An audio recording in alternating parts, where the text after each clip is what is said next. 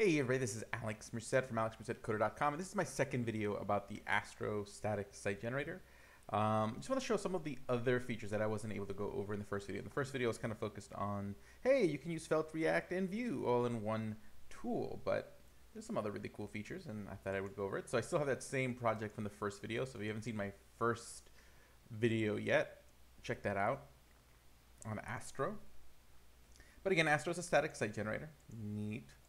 But some of the features I want to show you guys, I still have the dev server running. Oops. Okay, but some of the features I want to show you is that one, you can use Markdown files. So not only can you use, so in this pages folder, I could actually make not only use Astro files as pages, but I could also use a Markdown file. So let's just say bread.md. So I can say here and say, hey, bread. See, it's just like normal. And then if I wanted to use a layout in this Markdown file, I can do that. I can still do front matter, just like you can in other like Markdown type things. But here I can sit here and say layout. And again, in this case, it would be YAML. So it would be a normal Markdown like setup where it basically has YAML at the top. And then here we go. So I'm going to say layout, and in layout, we're going to say it's / layouts / layout.astro. So then it knows to inject this Markdown page in that template. And then I can list bread. Rye. So just write my website as Markdown. Rye,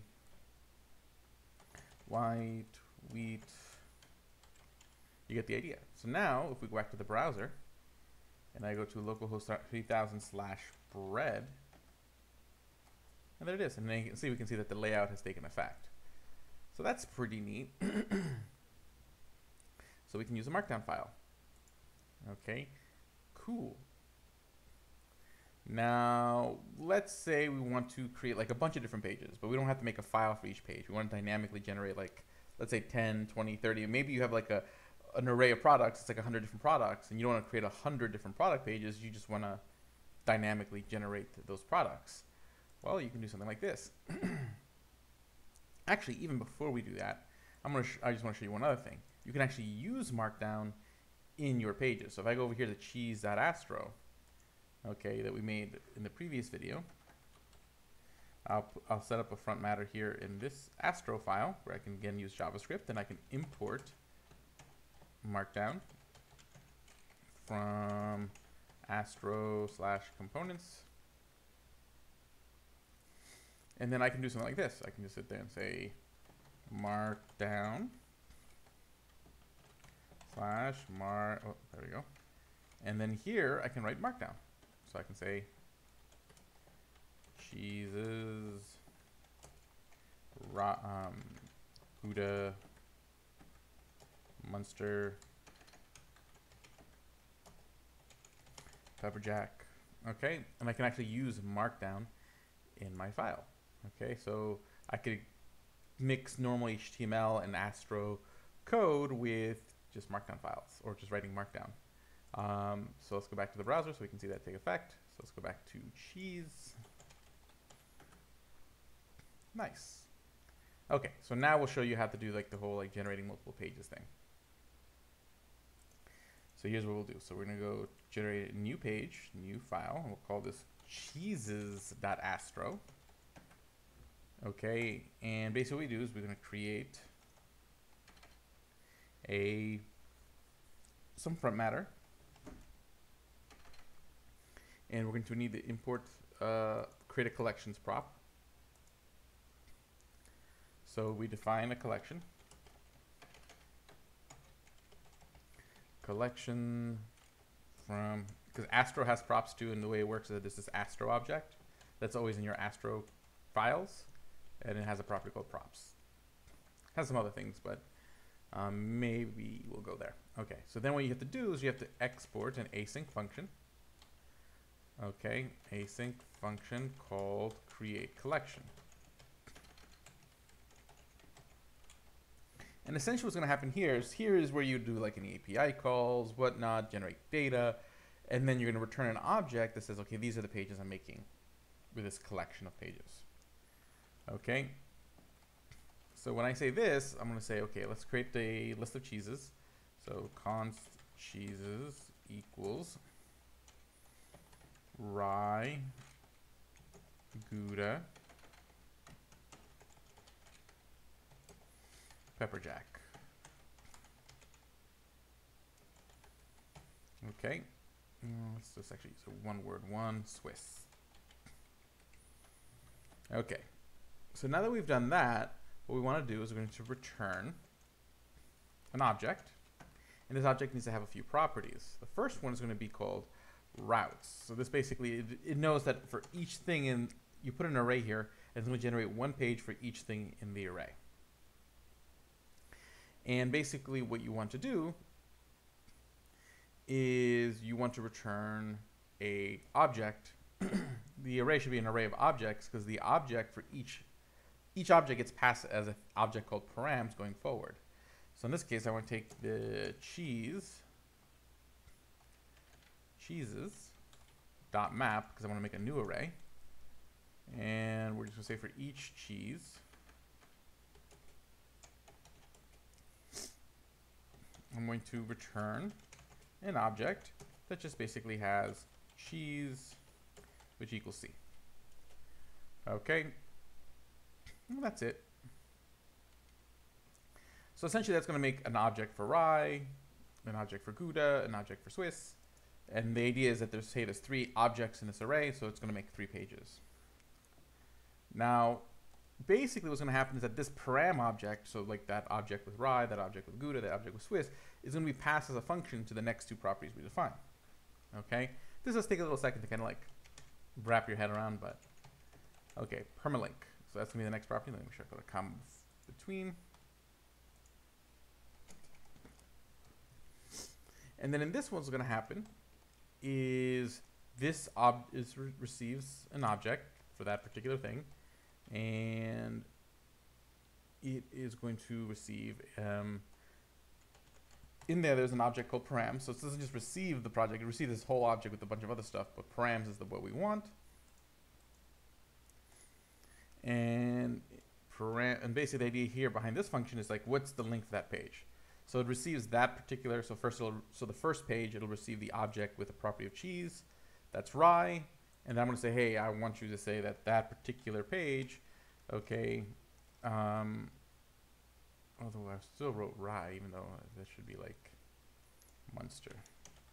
You can tell it's Saturday morning, and I just woke up. But basically, we say like / cheeses / and then we'll put params dot cheese. So it'll technically be like cheeses / Munster, cheeses / Gouda, cheeses / Swiss. Okay, so that's what all permalink does. You're just creating, again, a way to determine based on each individual, for each iteration, how do we know what the slug is? Okay, so we got that. And the last property what you do is you're going to make another function, async data. And what this does is that it's going to figure out what to pass as props to that particular thing. Okay? So in this case, we're just going to say, I'm going to make it simple. I'm just going to say return params. Okay. So that's just basically what we're going to receive each time.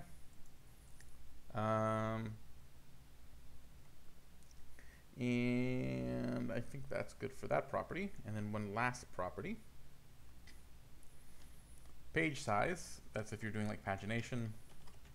Won't get into that right now, but we'll just say infinity. Meaning there can be an unlimited number of pages.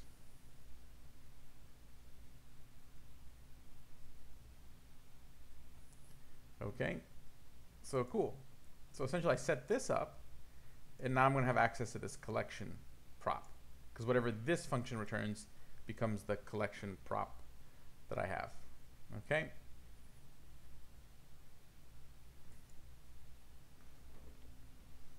Okay, let's see here.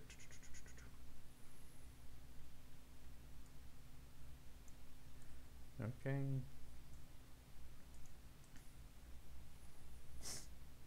And technically, now I receive both, because technically what's going to happen is that this collection object is going to have params, which is technically this object, and I just returned it as well, so this is going to be under data as well. So I just kind of like duplicated the thing, but it's fine.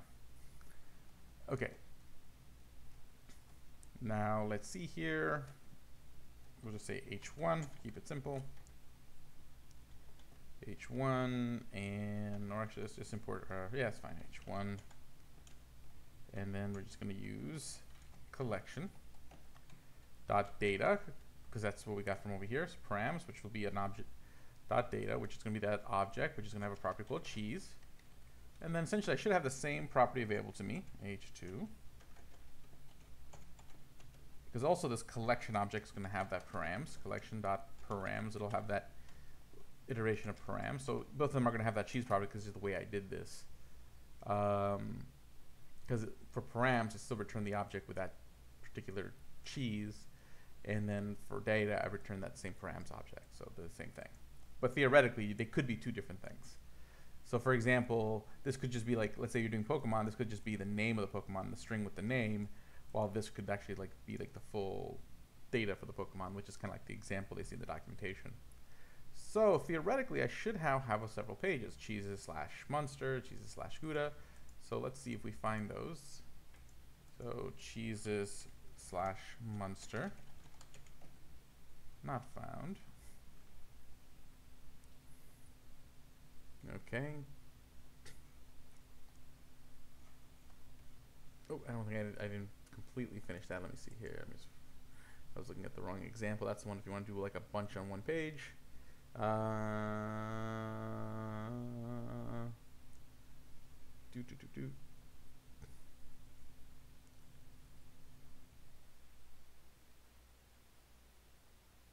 that Pokemon? We did that. We did that.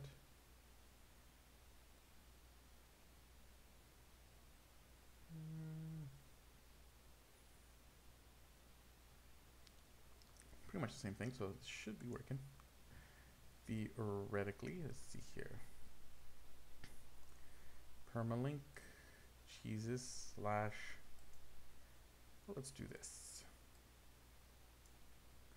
Let's wrap that in an object.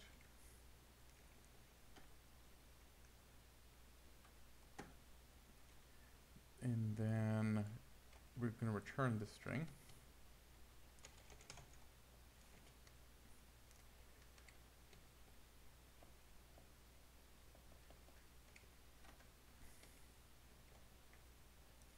But right before that, I would like the console.log params.cheese. Params.cheese. So that way I can see what we're getting into. And let's see here.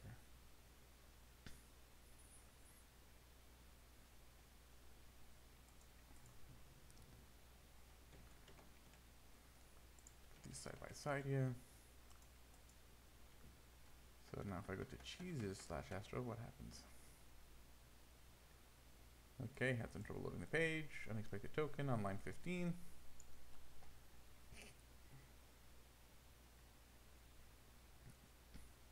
Sync data.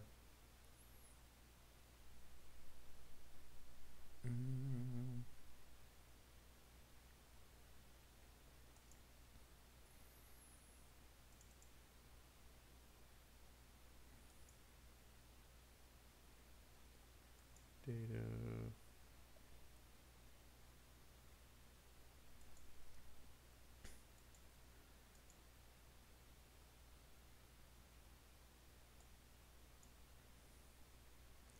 Question is, did I put this file in the right place? That's actually probably a good question.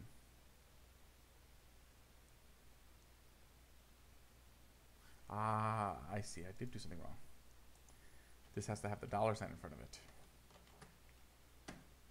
There we go. Now let's try this out. Jesus slash Munster. Okay.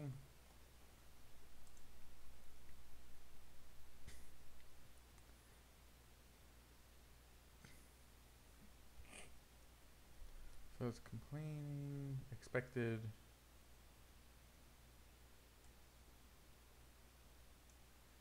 Async data. Oh, I see why. Oh, syntax. There we go. It's too early in the morning. Okay. Still doesn't quite like it, but let's see here. Nope, I think that's from before. So let's go back to the browser. Let's refresh. And yeah, see, that works now. So if I go to cheese, if I go to Swiss. So basically it's going to go, it creates a page for each one of the things here, which is pretty cool. So again, you can, let's say you're using Contentful or you're using some kind of headless CMS, you can pull in all that data from your headless CMS and then just generate a bunch of pages here. Easy peasy, okay? So that's pretty cool, okay? Yeah, so those are some cool features that you can use Markdown.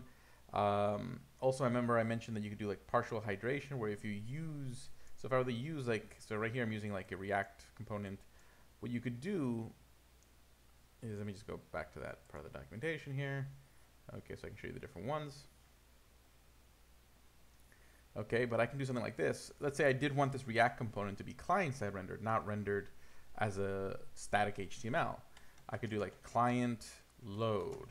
And what this would do is that it would say, okay, hey, load this when the page loads. So don't pre-render this at build time, load it. Or I could do load idle. And this will load it when the browser's not doing anything. So basically the page would load. It wouldn't necessarily load this right away until there's just nothing else to do. Like make sure that all your other stuff gets done first, so that way this doesn't slow down your application. Okay, and then there is visible. So this would use like intersection observer. So let's say like the component is further down the page and it's not immediately visible when the client first loads the screen. When they scroll down and it becomes visible, that's when this will load the component. So the component's like lazy loaded, which makes sure that it doesn't slow down that initial paint of your app, which is super cool. Okay. Okay, and there's one more that's kind of weird. Okay. And there's another one that's like media, and then you would do like media equals something, something, something or other. So you would put some sort of media query here. So you can say like media query, like the width is only this much, or the height is this much, or screen, you know, you would create some sort of media query, and the result of this, and basically this component would not load until the media query is true. That's really cool. That has some interesting implications for like responsive design. Like you can actually like make components that don't load until like they're on a mobile phone, or vice versa. I've never used that pattern, so I'd have to like wrap my head around some use cases, but like they're definitely imaginable. But yeah, that's like another really cool feature that is in here in Astro. So like, and it's pretty easy to use. Again, you just write your components and just use the thing. Like, nice. So yeah, that's just some more of Astro's features. Have a great day and enjoy. And again, make sure to check out devnursery.com and check out the Slack and Discord communities, and I'll see you around.